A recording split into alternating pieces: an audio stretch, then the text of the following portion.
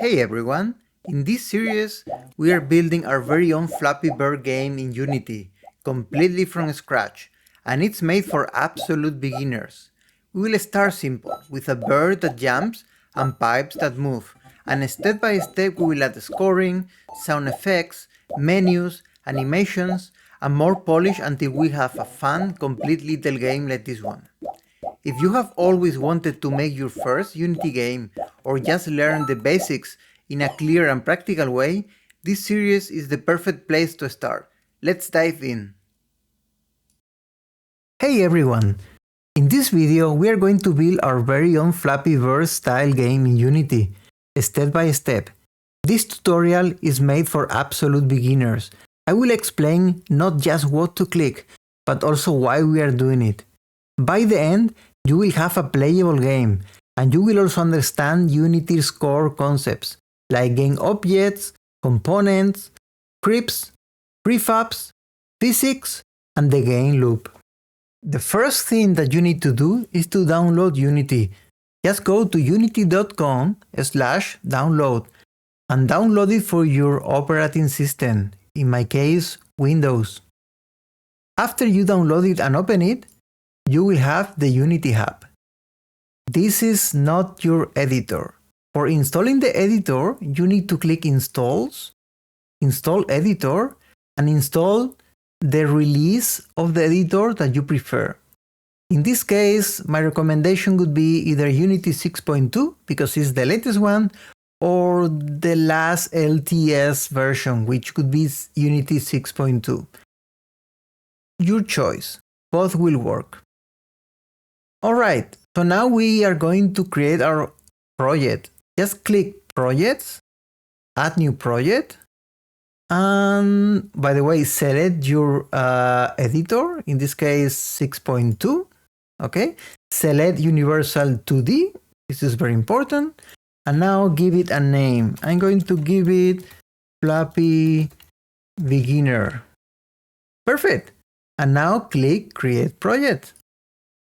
Just wait for a minute or two and then you will be able to work with Unity. Great! So Unity has been loaded.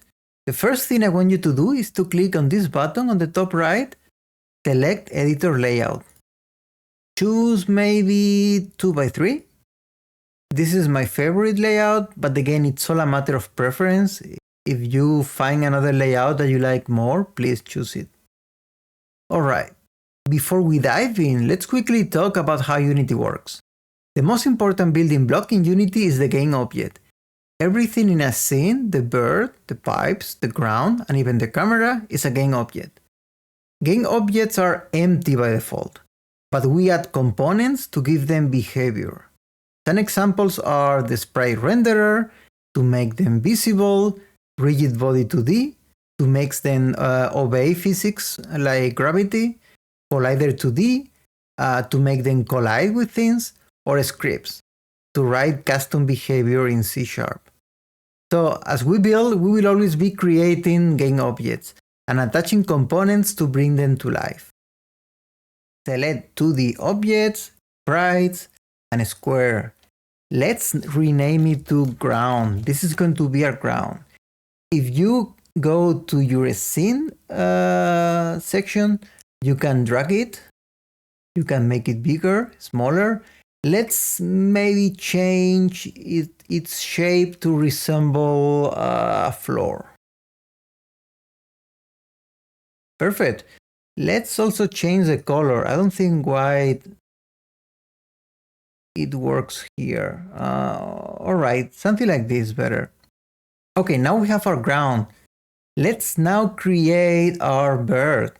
So we select create empty, create to the object, sprites, circle, bird. All right, perfect. Let's also change the name to green. Okay, fantastic.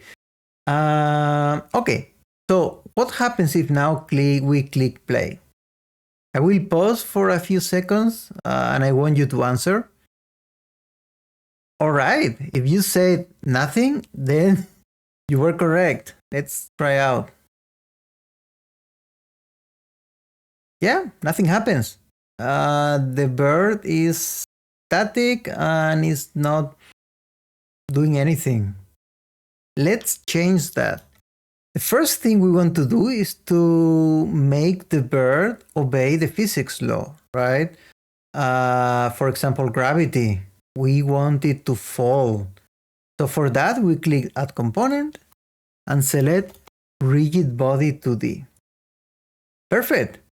That's it. That's enough for the bird to, to be affected by gravity. Let's try out. Yes, falling. Perfect. That works. But yeah, there is an effect that we don't want, right? It's going through the ground. That's not ideal. And why that's happening? Well, nor the bird or the ground have a collider, right? So they cannot collide with each other. So let's change that. Let's click, for example, bird, and let's add a circle collider because it's right now a circle, right? That will change, no worries, but this is what it is right now. If you zoom in on the scene, you will see actually the collider. Maybe here. Yes, it's right now. I think you cannot see it because it's green, but yeah, now you can see it, right? It's over there. Perfect. All right, now let's click on ground and let's do the same, but this time is not a circle, right? It's what it is. It's basically a box. So select box collider 2D. Yeah, fantastic. So now that's selected and let's save. Let's see. Now let's click play. What will happen? All right, fantastic. Now they are both colliding because they both have the collider. The ground have a box collider and the bird has a circle collider. Okay. Important thing is that you always select the 2D version because the version that doesn't say anything else, just for example, rigid body or circle collider. By the way, circle collider is always 2D. But another version that doesn't say anything, it's by default 3D. Okay, so please always select the 2D version. Cool. All right, so now let's maybe add more behavior to our bird so it does something, right? First thing I want you to do is to create a new folder and rename it to scripts. I'll get inside and create a new C# script and name it bird. Okay, so now what you have to do is to click on the bird game object, go scroll all the way to the bottom and now drag and drop the script that you just created. Perfect, so now it's there. Double click now to open it.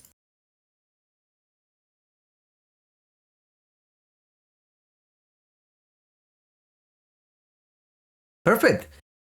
So yeah, this is going to be your first script. There are two functions here that I would like to talk about because you will see them over and over in your Unity journey. Okay, so the start function runs once and only once when the game object is created or enabled. Okay, and the update function runs on every frame. So if your game runs at 60 frames per second, update will run 60 times per second. Okay, that's it. This is basically these two functions. You will see later on when do we use those, but for the time being, that's all the information that is relevant. I don't want really to overwhelm you, so this is it. Okay, so let's start doing things. The first thing we want to do is to basically reference, so we can say reference our rigid body. So we can say private rigid body 2D RB. Okay, And now inside the start, we can say RB equal get component rigid body to D. Oops. Yep, perfect. Okay, what does it do? This is very important.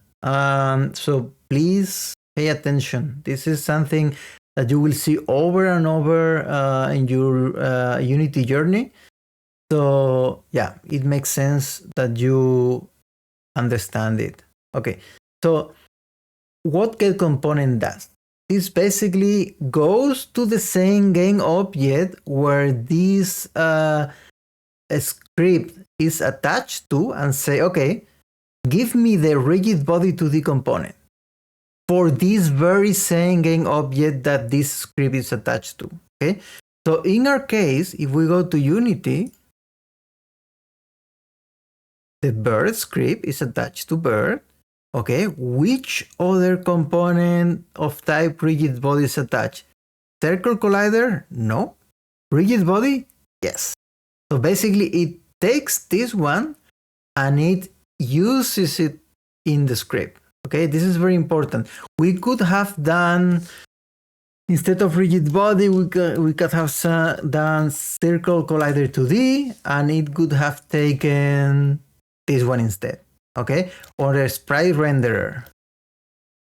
A sprite renderer, and it could have taken this one instead. Okay, so this is a very powerful tool to get different components in the same game object. Okay, this is very important.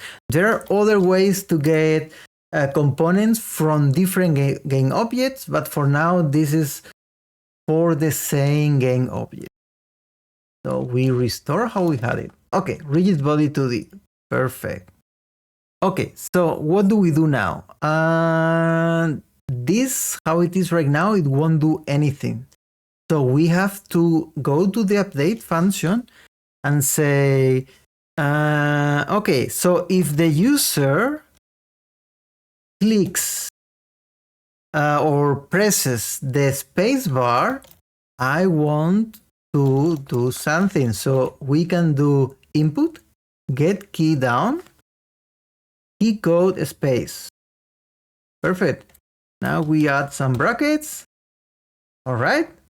And this is it. This basically means if the user presses the spacebar, do something. Let's, for the time being, add a log statement. Let's say user press the spacebar.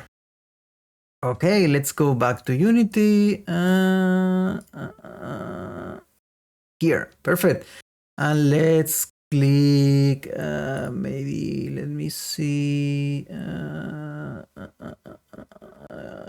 Open the console and put it here. Yes, perfect. So for opening the console, I simply click Window, General, Console, and I drag it and drop it here near the project. Okay, so let's save and let's click play. All right, the bird is falling. Nothing is getting written down here. But if I press a spacebar, yes, you can see here, user presses spacebar. It's working. Perfect. Fantastic. Okay, but this is not what we want, right? We don't want to show a message. We wanted something to happen, okay? So we can do the following. We can say, okay, we have here above the rigid body, okay, which is what controls the, let's say, the physics of this object, game object. So we can say rigid body, add force, let's say vector to up, because we want it to go up, right? When the bird is falling, to fight this gravity, we have to push up, okay? So we can say vector to up, multiply by 5. We are going to make this configurable later on, no worries. And then we say impulse, because we are impulsing, okay, the bird. Okay, let's see how it works. Okay, so we go here, click, play, and now if I press the spacebar, it should fight the gravity. Yeah, look at that, going up. Perfect. Yeah, it's working. Nice. Okay, that's great. All right. Okay, one last thing I want to do. As I said before, I want to make it configurable, right? So let's do the following. For the time being, let's say public. Let's say float. Let's call this force up. Yes. Okay. So now instead of the 5 here, let's put here force up. Okay. Put. Oops. Okay. Yes. Now we go to Unity, click bird, and now we can see, yeah, force up is here. So you can modify it from the editor. You can say instead of 5 as before, let's maybe type 10. Now the force should be stronger this time.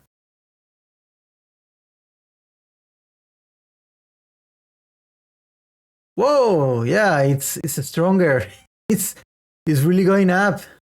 Yeah, yeah, it's going up and down. Perfect. Sounds really good. All right. Okay, so now that we have it kind of working, let's go back to our script and improve it. Okay, there is a few things here that we can change. So first of all, it's not a good practice to use public variables. Just because other script can call them and it might make your code very difficult to understand, okay? So the first thing we're going to do is to make them private and add serialized field up front. This will make them a set private, so other scripts won't be able to access them, but at the same time, they're still visible in the editor, and you can change the value as easy as before. Okay, that's one thing. Other things.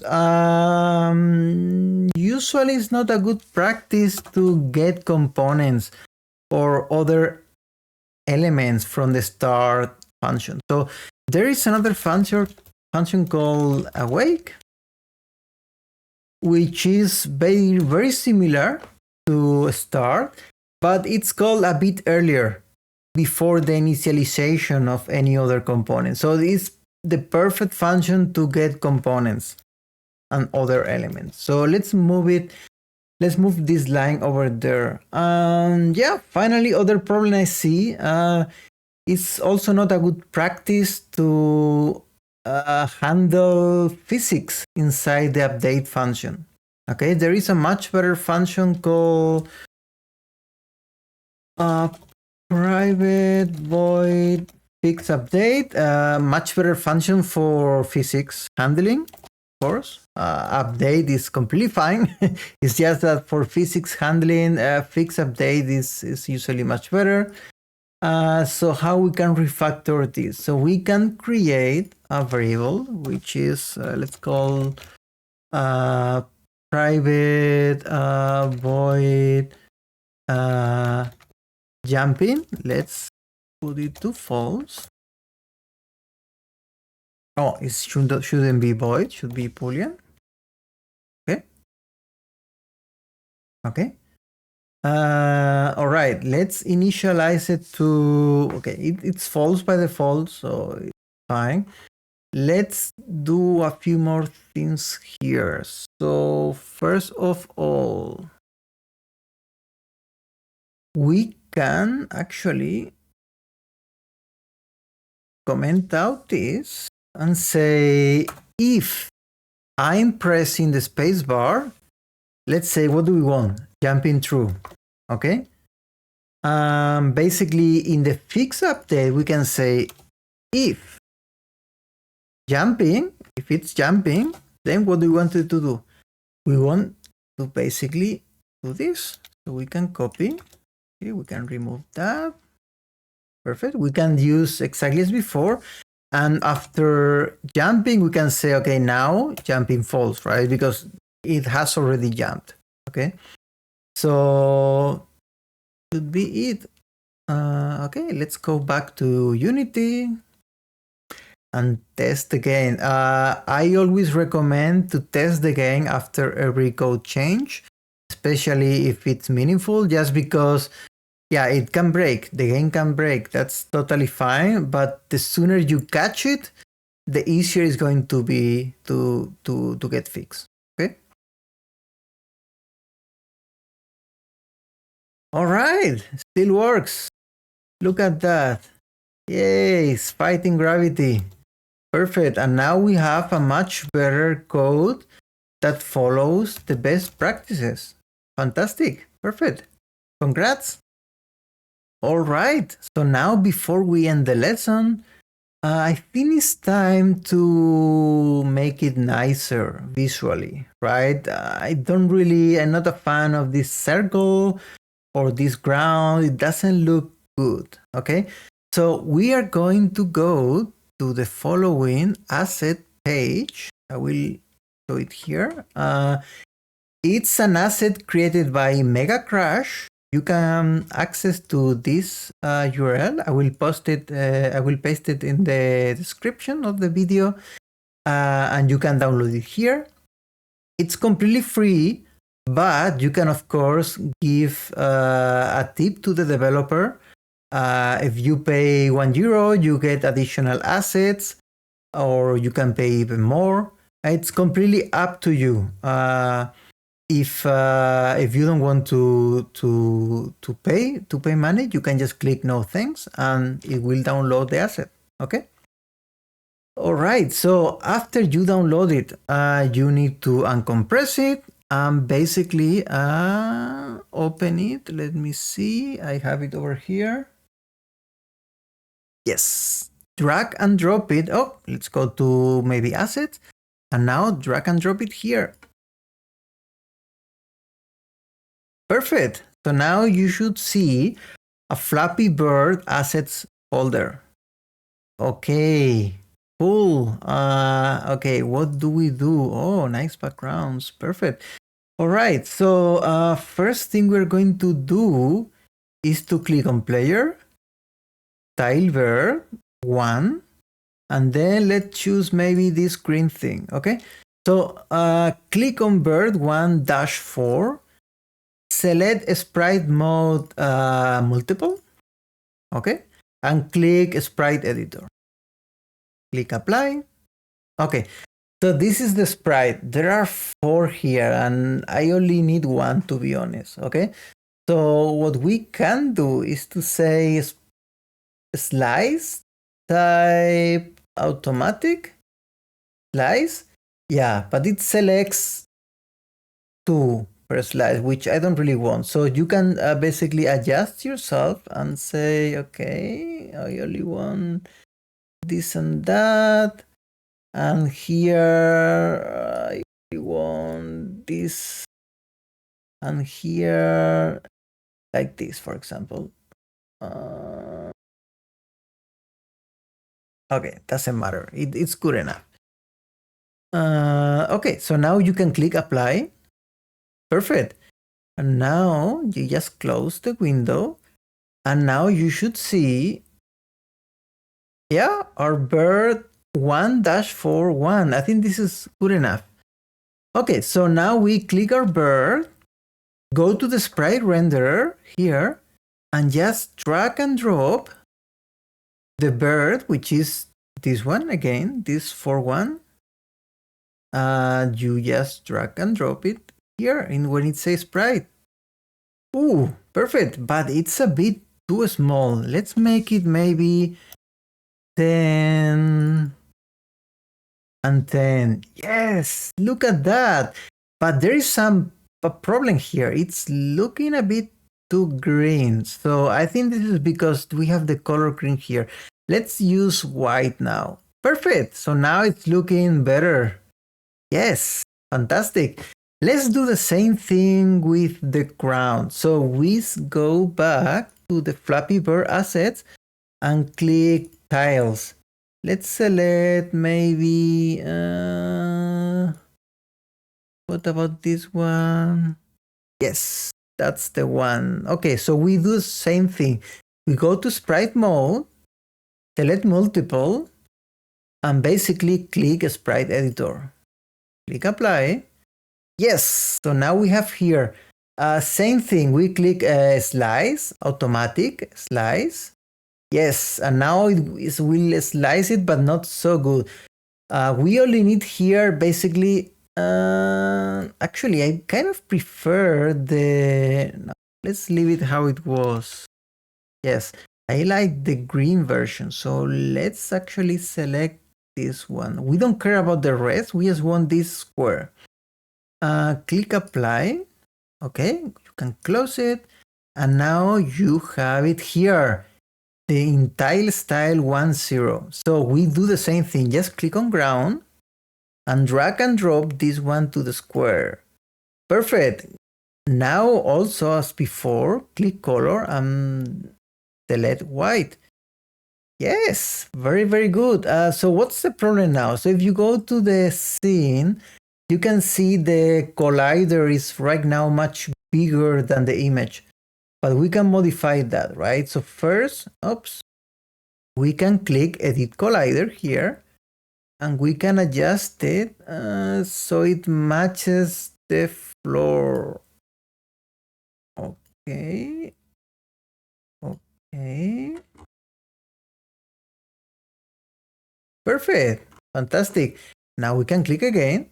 And now what we have to do is to make the floor bigger, right? So right now it's not enough to cover the whole screen. So we make this bigger. Yes, very, very good.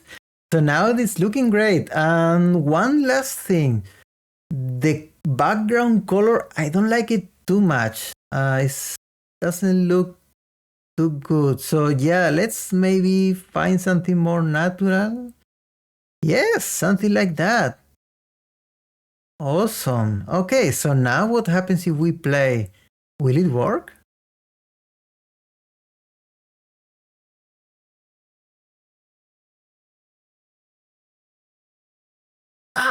Wait a second. I know the problem. Why is not falling? Yes, so if you click Bird, you see this big green circle. Why is that? It's again the collider. So the collider didn't adapt very well to the sprite, the bird sprite. So we have to edit it. So you just click here again, edit collider, and basically make it up. Not looking good. I think we have to move it. Move it here. Yes, looking a bit better, but still not perfect. Okay. I think this is good. I think this is good. Now, if we play the game, it should work. Okay, look at that. Now it's falling and flying, sort of, sort of flying. But yeah, now it collides with the floor. Okay, there is still a gap here because I think the sprite basically has some space on the bottom, but we will fix that, no worries. For the time being, yeah, we have a very valid version that it's currently working. So congrats for getting until here. Great. So what did we learn in this lesson? We learned that Unity uses GameObjects as its basic elements in the scene, and that each GameObject can be extended by the use of components. We use a few components. We use rigid body to make the the game object obey the gravity in this case, we made use of colliders. So for the bird, we use the circle collider, and for the ground, we use the box collider. These two colliders, tell Unity, okay, these two objects should collide with each other, okay? And in terms of coding, we learn a lot, actually. We learned that you can basically use the wake method and use the start method to initialize variables, for example, once. It's only going to be run once.